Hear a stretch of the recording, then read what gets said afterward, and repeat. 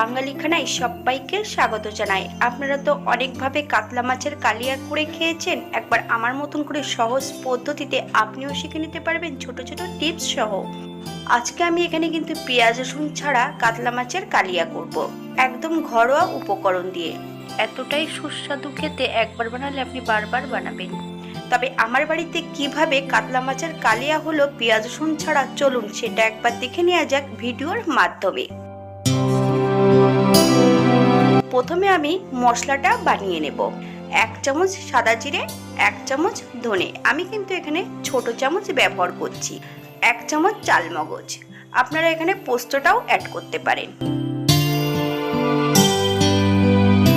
বেশ কিছুটা শুকনো লঙ্কা আর কাঁচা লঙ্কা, আপনারা যেমন ঝাল খাবেন তেমন লঙ্কাটা অ্যাড করবেন।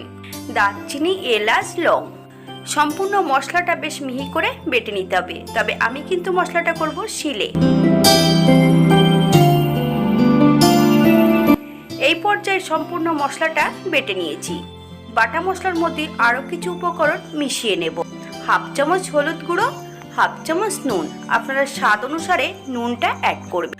2 থেকে 3 চামচের মতন কাঁচা সর্ষের তেল, আপনারা যদি পছন্দ করেন তাহলে তেলের পরিমাণটা বাড়িয়ে দিতে পারেন। এই পর্যায়ে আমি বেশ ভালো করে মিশিয়ে নেব।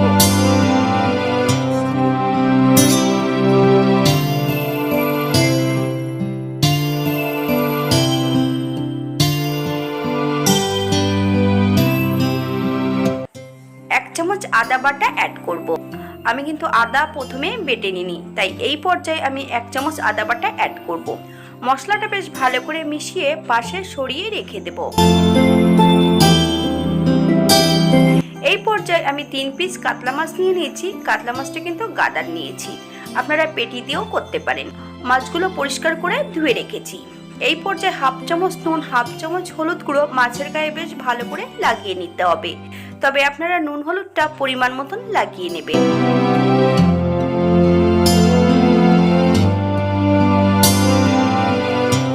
একটা কড়াইতে বেশ কিছুটা সর্ষের তেল অ্যাড করেছি।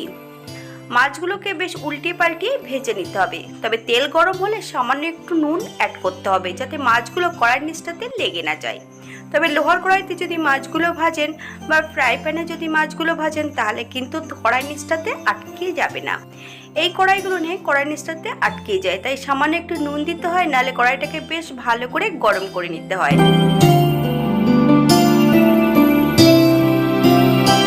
তা আমি এই পর্যায়ে সামান্য একটু নুন দিয়ে মাছগুলোকে উল্টিয়ে পাল্টিয়ে ভেজে নেব। আপনারা আপনাদের পছন্দ মতন মাছগুলো ভেজে নেবেন।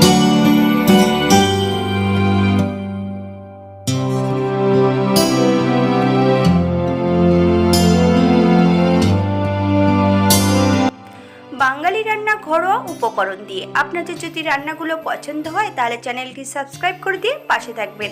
পাশে থাকা বেলটি কিন্তু বাজিয়ে দেবেন, নইলে নিত্য নতুন রান্নার নোটিফিকেশন পাবেন না।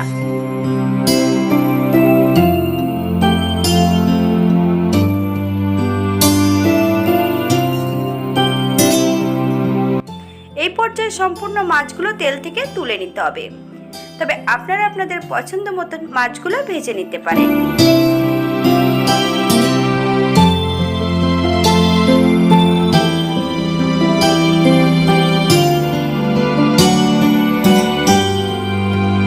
একই তেলে রান্না করব। ফোড়নে রেখেছি সামান্য একটু সাদা জিরে। এই পর্যায়ে 2টো আলু লম্বা লম্বা করে কেটে অ্যাড করেছি। আপনারা যদি পছন্দ করেন তাহলে পরিমাণে বাড়িয়ে দিতে পারেন। আলুগুলো বেশ নুন হলুদ দিয়ে 3 থেকে 4 মিনিটের মতন ভেজে নেব।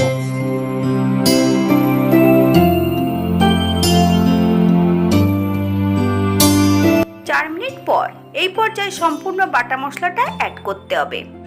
বেশ কিছুটা কাঁচা লঙ্কা, আমি কাঁচা লঙ্কাগুলো কিন্তু হালকা করে কাট করে দিয়ে অ্যাড করেছি। আলু এবং মশলা সহ বেশ ভালো করে ভেজে নিতে হবে। 3 থেকে 4 মিনিটের মতন আমি মশলাটা মিডিয়াম আঁচে ভেজে নিয়েছি।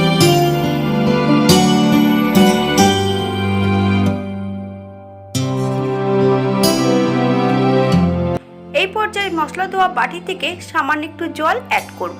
মশলা থেকে যতক্ষণ তেল না ছাড়ছে ততক্ষণ বেশ মশলাটা ভালো করে কষিয়ে নিতে হবে।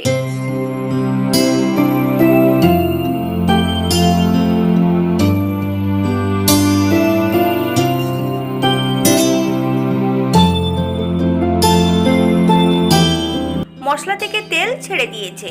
এই পর্যায়ে বেশ আরো 1 মিনিট আমি মিডিয়াম আঁচে কষিয়ে নেব। তবে মশলা যত ভালো কষানো হবে তরকারির স্বাদ কিন্তু দ্বিগুণ বেড়ে যাবে।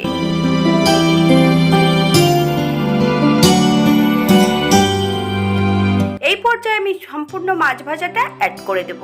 হালকা হাতে মশলা ও মাছ সহ বেশ ভালো করে 3 থেকে 4 মিনিটের মতন মিডিয়াম আঁচে কষিয়ে নিতে হবে।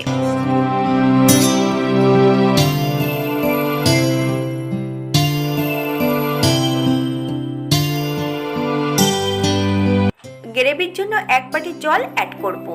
আপনাদের যতটা গ্রেভির প্রয়োজন আপনারা ততটা জল অ্যাড করতে পারেন। মিডিয়াম আঁচে 4 থেকে 5 মিনিটের মতন ঢাকা দিয়ে ফুটিয়ে নিতে হবে। আলুগুলো কিন্তু আগের থেকেই সেদ্ধ হয়ে আছে 80%, তাই এই পর্যায়ে বেশি সময় ঢাকা দেওয়ার প্রয়োজন নেই। এই পর্যায়ে 1 চামচ ঘি অ্যাড করব। আপনারা যদি গরম মশলা গুঁড়ো পছন্দ করেন এই পর্যায়ে আবারও গরম মশলা অ্যাড করতে পারেন। 5 মিনিটের জন্য স্ট্যান্ডিং টাইম দিতে হবে, তারপর সার্ভ করব।